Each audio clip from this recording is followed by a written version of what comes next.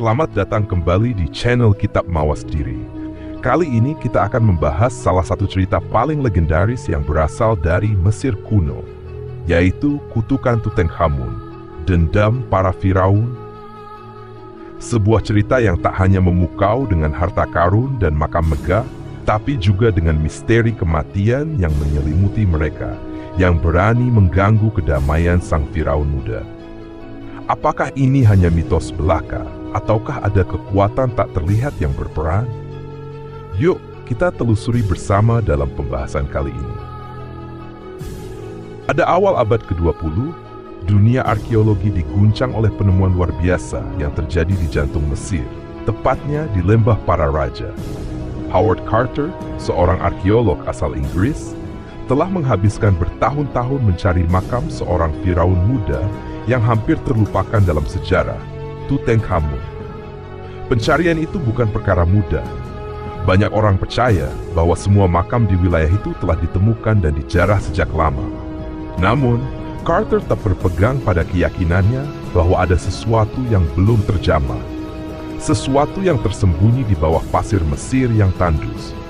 Setelah bertahun-tahun menggali dan hampir putus asa karena pendanaan yang semakin menipis, pada tahun 1922, Carter dan timnya menemukan sesuatu yang mengubah sejarah.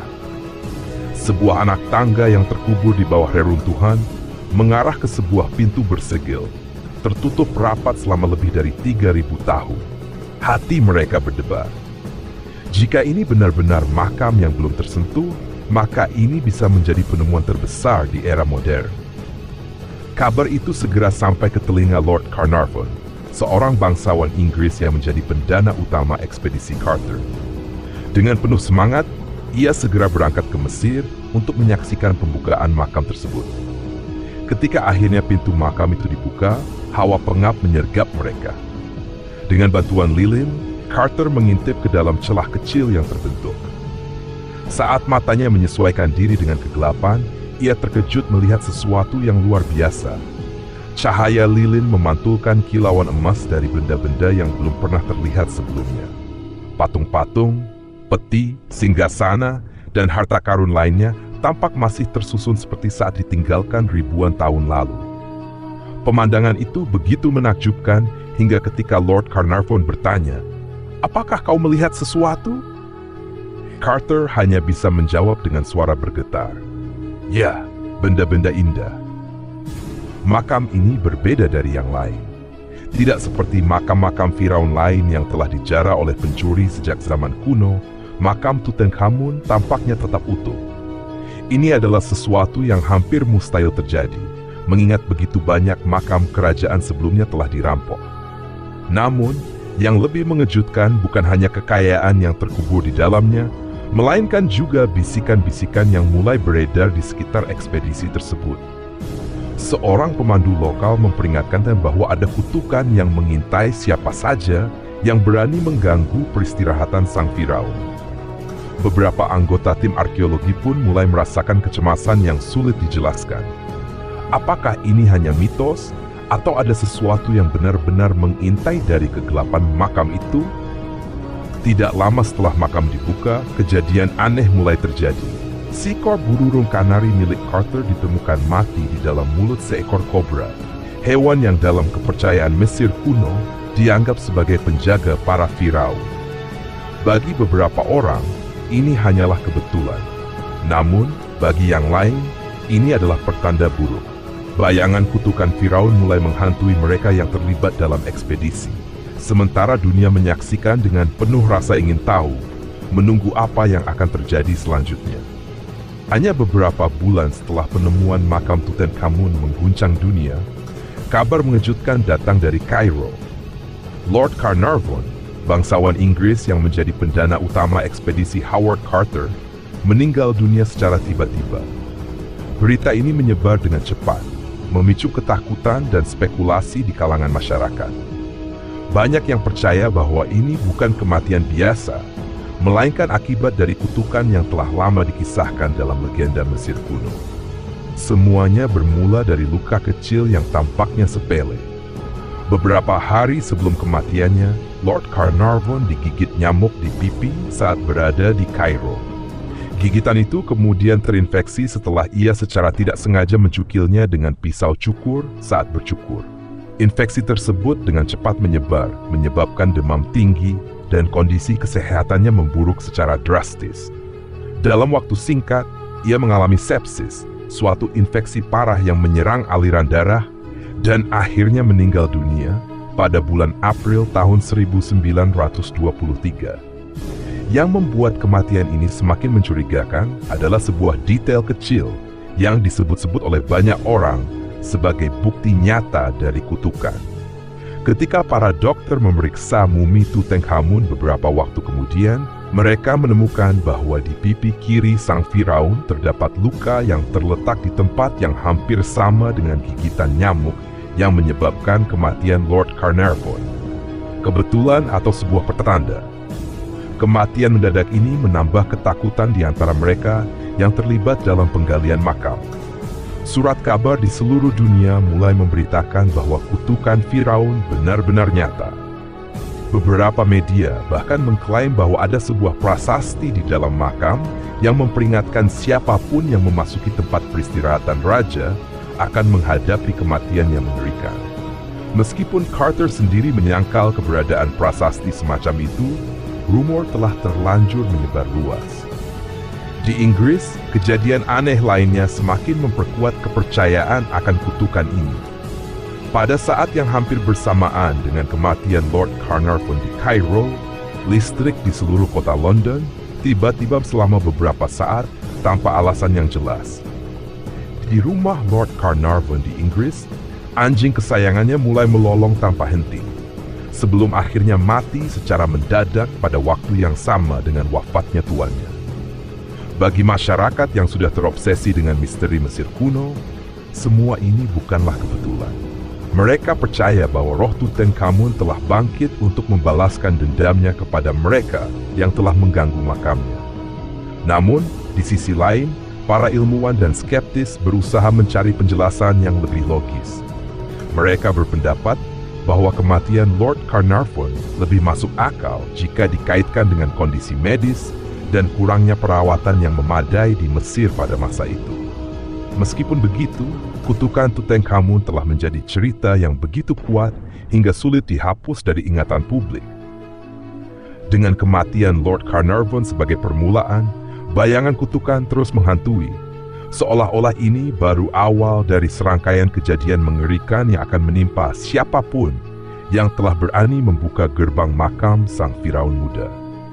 Setelah kematian Lord Carnarvon, ketakutan akan kutukan Tutankhamun semakin menjadi-jadi. Awalnya, banyak yang menganggap kematian sang bangsawan hanya kebetulan yang diperbesar oleh media. Namun ketika lebih banyak orang yang terlibat dalam ekspedisi mulai meninggal dalam keadaan misterius, kepercayaan terhadap kutukan itu semakin mengakar. Salah satu korban berikutnya adalah Sir Archibald Douglas Reid, seorang ahli radiologi yang ditugaskan untuk melakukan pemindaian pertama pada mumi Tutankhamun. Tak lama setelah menyentuh jenazah sang Firaun, Reid jatuh sakit tanpa sebab yang jelas. Beberapa hari kemudian, ia meninggal dunia akibat penyakit misterius yang tidak bisa dijelas secara medis. Kejadian serupa juga menimpa Profesor Lafleur, seorang pakar Mesir kuno yang tertarik dengan penelitian makam tersebut. Ia diketahui meninggal karena keracunan, meskipun tidak ada bukti yang menunjukkan bahwa ia sengaja atau tidak sengaja mengonsumsi zat beracun. Kematiannya menambah daftar panjang korban yang diduga terkena kutukan Firaun. Sekretaris pribadi Howard Carter, Richard Bethel, juga mengalami nasib nahas. Ia ditemukan tewas secara mendadak di rumahnya tanpa tanda-tanda kekerasan atau penyakit sebelumnya. Kejadian ini semakin memperkuat kepercayaan bahwa ada kekuatan gaib yang bekerja di balik semua tragedi ini. Seakan belum cukup, ayah Bethel, Lord Westbury, yang sangat terguncang oleh kematian putranya, bunuh diri dengan cara melompat dari lantai 7 rumahnya di London. Sebelum meninggal, ia sempat meninggalkan pesan bahwa makam Tutankhamun seharusnya tidak pernah dibuka. Yang membuat semuanya semakin menyeramkan adalah bahwa kutukan ini tidak hanya menyerang mereka yang berada di Mesir, tetapi juga merambat hingga ke Eropa dan Amerika. Beberapa anggota keluarga dari mereka yang terlibat dalam ekspedisi juga mengalami kejadian tragis. Hugh Evelyn White, seorang arkeolog yang turut serta dalam penggalian, ditemukan tewas di rumahnya setelah menulis pesan aneh yang menyatakan bahwa ia tidak tahan lagi dengan bayang-bayang kutukan yang menghantuinya. Sementara itu, Edwin Carter, seorang pengusaha kaya yang pernah mengunjungi makam tersebut, juga meninggal mendadak setelah mengalami demam tinggi yang tidak bisa dijelaskan oleh dokter. Seakan semuanya sudah dirancang dengan cara yang mengerikan, kejadian demi kejadian semakin menguatkan mitos kutukan Firaun. Media semakin gencar menggembar-gemborkan isu ini. Surat kabar di Eropa dan Amerika Serikat mulai memuat headline sensasional tentang kutukan Firaun yang mematikan. Mereka menciptakan narasi bahwa siapapun yang berani mengganggu peristirahatan sang raja akan menghadapi kematian yang mengerikan. Beberapa cerita bahkan menyebutkan adanya tulisan di dinding makam yang berbunyi, "Kematian akan datang bagi mereka yang mengusik makam ini." Howard Carter sendiri menolak untuk percaya pada mitos tersebut. Ia tetap hidup selama bertahun-tahun setelah penggalian tanpa mengalami kejadian buruk yang berarti. Namun, banyak yang berpendapat bahwa ia hanyalah pengecualian, sementara yang lain membayar harga mahal atas keberanian mereka mengungkap rahasia Tutankhamun. Kutukan itu, apa nyata atau tidak, telah menjadi legenda yang tidak dapat dihentikan. Ketika isu tentang kutukan Tutankhamun semakin menyebar, para ahli mulai meneliti teks dan inskripsi kuno yang ditemukan di sekitar makam. Mesir kuno memiliki banyak kepercayaan tentang kehidupan setelah mati, termasuk keyakinan bahwa makam seorang Firaun harus tetap suci dan tidak boleh diganggu. Beberapa teks yang ditemukan dalam makam-makam kerajaan lain menyebutkan ancaman bagi siapapun yang berani mengusik peristirahatan raja. Para ahli hieroglif mencoba mencari bukti dalam makam Tutankhamun yang bisa mendukung klaim tentang kutukan ini. Namun tidak ditemukan teks eksplisit yang menyatakan adanya ancaman atau hukuman bagi perampas makam. Berbeda dengan makam-makam Firaun sebelumnya, yang kadang-kadang memiliki peringatan tertulis seperti siapapun yang mengganggu makam ini akan dihancurkan oleh sayap kematian. Makam Tutankhamun tidak menunjukkan adanya peringatan semacam itu. Meski begitu, teks-teks lain dari Mesir kuno memberikan gambaran tentang bagaimana orang-orang di zaman itu memandang kematian dan perlindungan dari dunia lain. Dalam kitab Orang Mati, sebuah naskah suci yang berisi doa dan mantra untuk membimbing arwah ke alam baka, disebutkan bahwa Firaun yang telah meninggal akan dilindungi oleh dewa-dewa dan kekuatan gaib. Salah satu dewa yang sering disebut dalam konteks ini adalah Anubis, sang penjaga makam, serta Osiris, dewa kematian yang memiliki kuasa atas kehidupan setelah mati. Banyak ahli percaya bahwa kepercayaan terhadap kutukan makam berasal dari tradisi ini. Orang Mesir kuno memang tidak menggunakan kata kutukan seperti yang dipahami oleh dunia modern, tetapi mereka yakin bahwa siapapun yang mencemari makam seorang raja akan mengalami kemalangan karena roh sang Firaun bisa meminta perlindungan dari para dewa. Ritual pemakaman dan mantra perlindungan dilakukan dengan tujuan menjaga tubuh dan jiwa raja agar tetap aman di alam baka, sehingga setiap gangguan terhadap makam bisa dianggap sebagai penghinaan terhadap tatanan suci.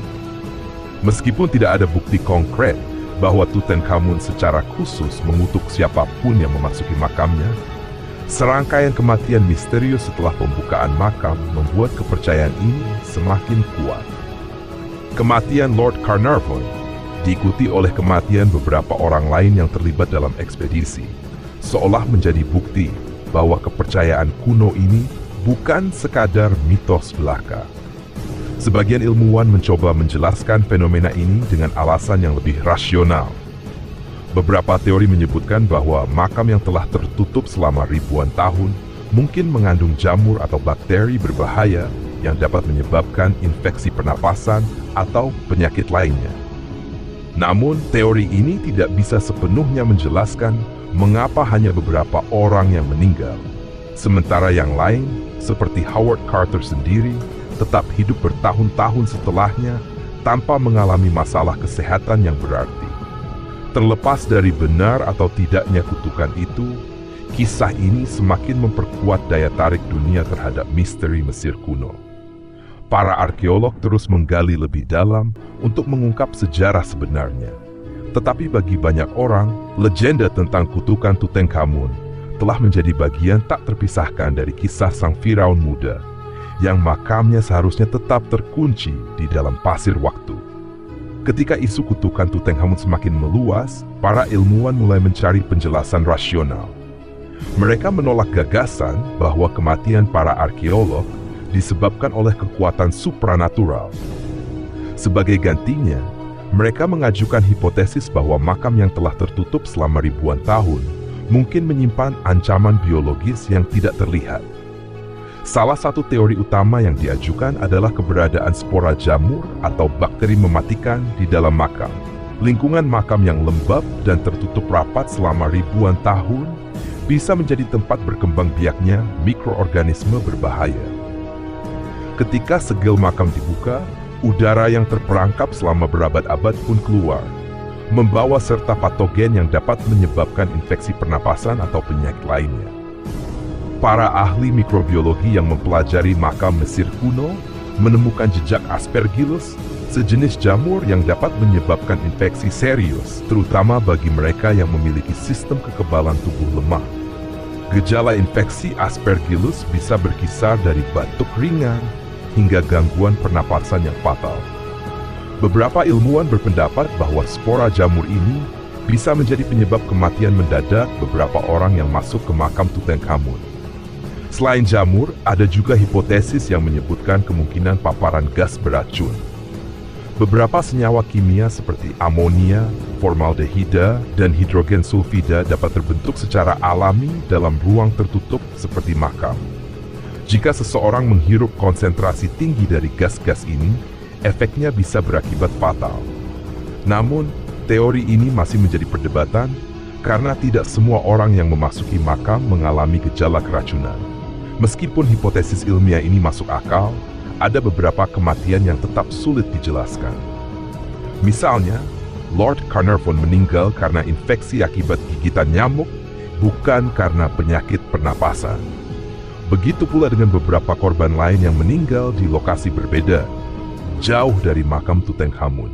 Jika benar penyebabnya adalah spora atau gas beracun, seharusnya semua orang yang terpapar mengalami efek serupa. Namun, Howard Carter, orang yang paling lama berada di dalam makam, tetap hidup sehat selama bertahun-tahun setelahnya. Banyak skeptis berpendapat bahwa kematian beberapa anggota tim ekspedisi lebih berkaitan dengan faktor psikologis dan sugesti. Ketakutan yang luar biasa terhadap kutukan bisa menyebabkan stres berat yang pada akhirnya melemahkan sistem kekebalan tubuh. Orang-orang yang percaya bahwa mereka akan mati karena kutukan mungkin mengalami efek psikosomatis yang memperburuk kondisi kesehatan mereka. Sementara itu, para pendukung teori kutukan tetap berpegang pada keyakinan bahwa ada sesuatu yang lebih dari sekadar sains.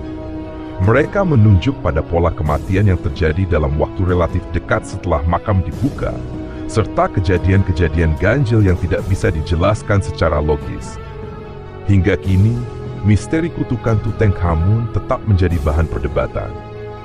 Apakah ini hanya kebetulan, efek dari mikroorganisme mematikan, atau ada kekuatan yang lebih besar yang sedang bermain? Ilmu pengetahuan mungkin memberikan jawaban, tapi bagi banyak orang, legenda tentang kutukan ini tetap hidup, mengiringi setiap kisah yang berkaitan dengan makam sang Firaun muda.